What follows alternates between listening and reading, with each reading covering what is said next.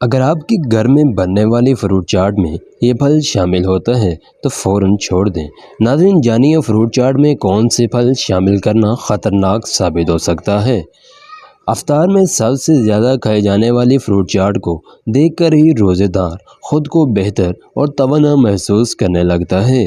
ناظرین، فروٹ چاٹ میں کئی پھل شامل کیے جاتے ہیں جن میں سیب، کیلا، آم، خربوزہ اور دیگر شامل ہیں۔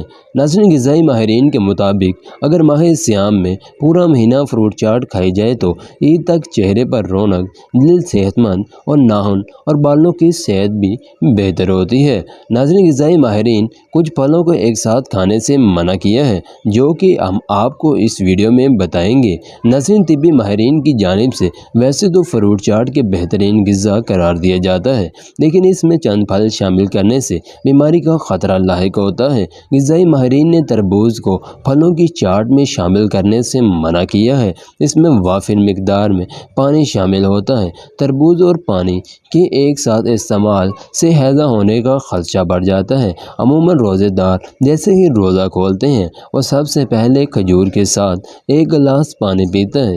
اس کے بعد جب یہ فروٹ چاٹ کھائی جاتی ہے تو اس میں موجود تربوز ہیضہ ہونے کا سبب بن سکتا ہے، اس لیے تربوز کو فروٹ چاٹ میں شامل کرنے کی بجائے افطاری کے بعد بھوک محسوس ہونے پر کھائیں۔ غذائی ماہرین مزید بتاتے ہیں کہ اگر دسترخوانوں پر لسی یا دودھ سے بنی کوئی اور غذا بھی موجود ہے تو اس